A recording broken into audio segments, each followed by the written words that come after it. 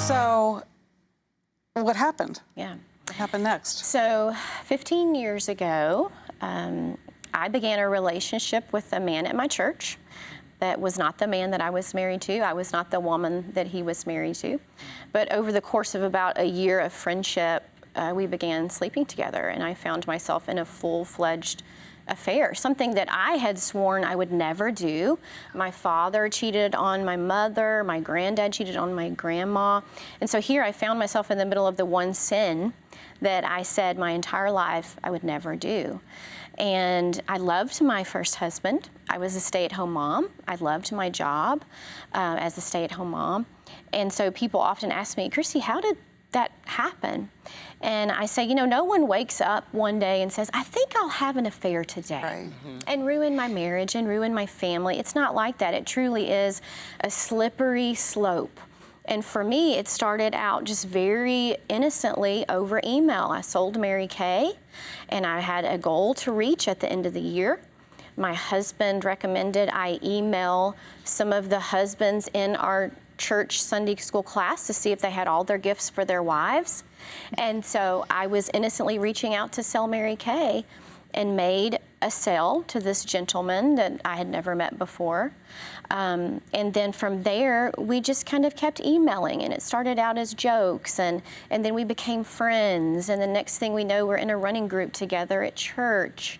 Started out as 6 and then dwindled down to 3, and we became good friends kind of behind the scenes. And it kind of became like a secretive friendship that was fun, and then evolved into a full-fledged affair. And at home, I had I had been really honestly begging my husband to go to counseling with me. And he was depressed. And we didn't know that at the time because we were young. I honestly thought something was wrong with me. I was like, do I need to work out more? Maybe he's just, over me. We've been married about 7 years. And I think a lot of times as women, we're guilt magnets. We're trying to figure out, what am I doing wrong, that he is not pursuing me any longer. Now, looking back, we learned after the fact that he had been severely depressed for, it was like 7 of the 10 years that we had been married, because he never grieved the loss of his father. So he didn't have a libido much because of the depression. Can I just say, my friend has talked about in her first marriage, it was a long term, but that her husband, they've come to find out that he had low testosterone, and that wasn't a thing back then. And it affected him in a lot of different ways that led to the demise of the marriage. Yes. So that's interesting. And I don't think that he meant to, but I was physically rejected several times, and because I was a child of divorce, and I had a considerable daddy hole. My dad worked all the time and was always busy. That brought up a little bit of a trauma trigger for me, a feeling of rejection and not being good enough for my husband's attention. And then it was like this inner monster just took over. And I was like, you know what? I'm sick of doing everything right. I'm sick of being this perfect little Christian woman. Look where it's gotten me. And I remember being in the laundry room. I can, like I'm there.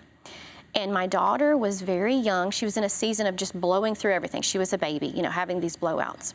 So it was Saturday. I'm in the laundry room. I'm scrubbing her little onesie. And all of a sudden it hits me.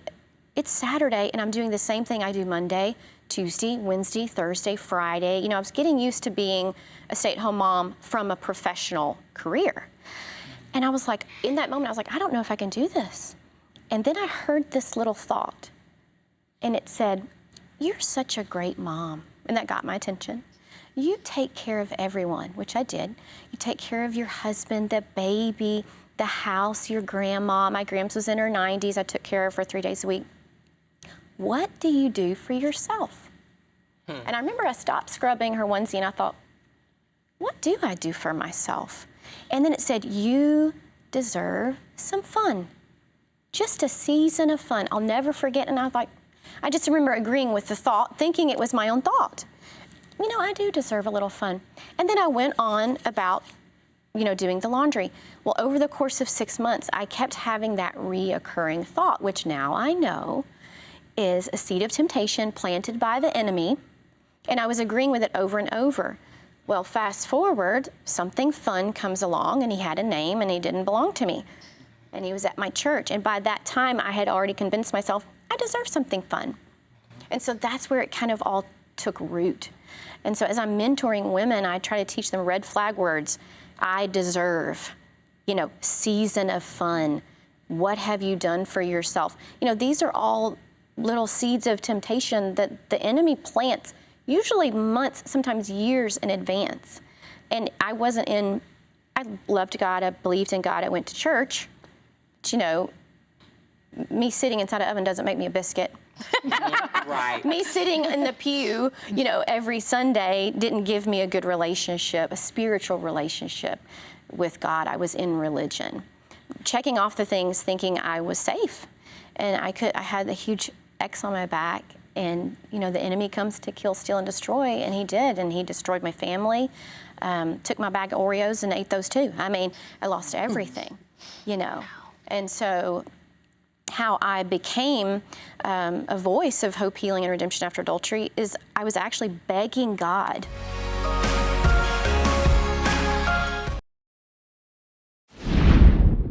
I was already divorced. We couldn't make it work. The church really didn't have any tools for us.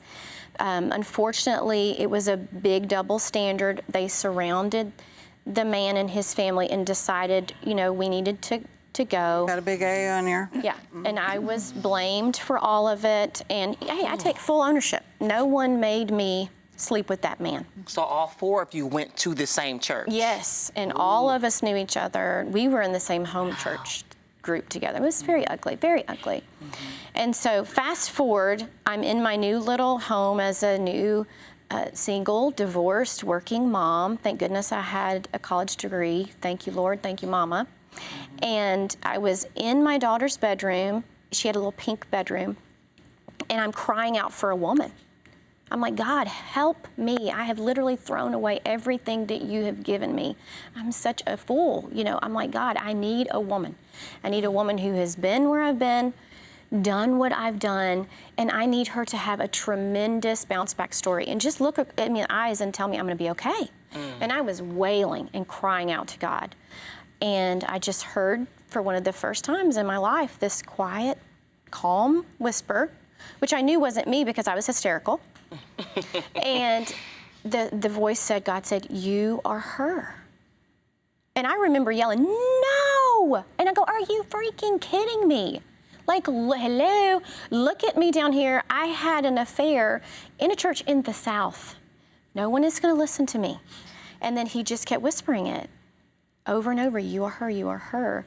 And so from there, of course, I was confused. I didn't understand. That's 14 years ago. Now I completely understand. And I had to finally say, okay, God, I don't get it, but I'll do this, whatever you want me to do. And then he called me to write the book. And then from there, I mentor women. I've mentored pilots, real estate developers, kindergarten teachers. It's like the silent epidemic among women because we, especially in the South, especially as Christians, know there is still a double standard. There are a lot of tools for men. Brother, I've been there. I used to be addicted to porn. Let's go have coffee. Were you not getting enough physical love? All the things. With a woman, well, was he not providing? Did he beat you? You can't see my emotional need. I didn't choose to be complicated. Right? I'm sorry, God created me a very complicated emotional being. I don't like it either. But I do have needs, and I will go into survival mode, if those needs aren't met. And so, unfortunately, it happens all the time. And it happens a lot in church because we're relational. I'm not tempted to drink. I'm not tempted to steal. I'm not tempted by drugs. I love people, and hey, fellowship. And I remember my affair partner and I used to joke about it because in home church, they would encourage us to fellowship. Well, we're just fellowshipping. We're so good at fellowshipping, and the devil gets in there and he's so tricky, so tricky.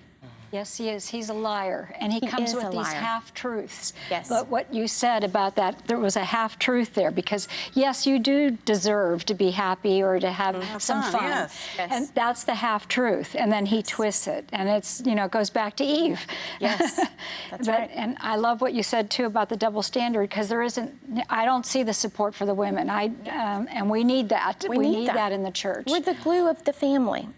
And what I always say is, when you don't support the woman, you're not supporting the family. You know, my daughter suffered. And yes, I did a very bad thing, and I knew better, yes.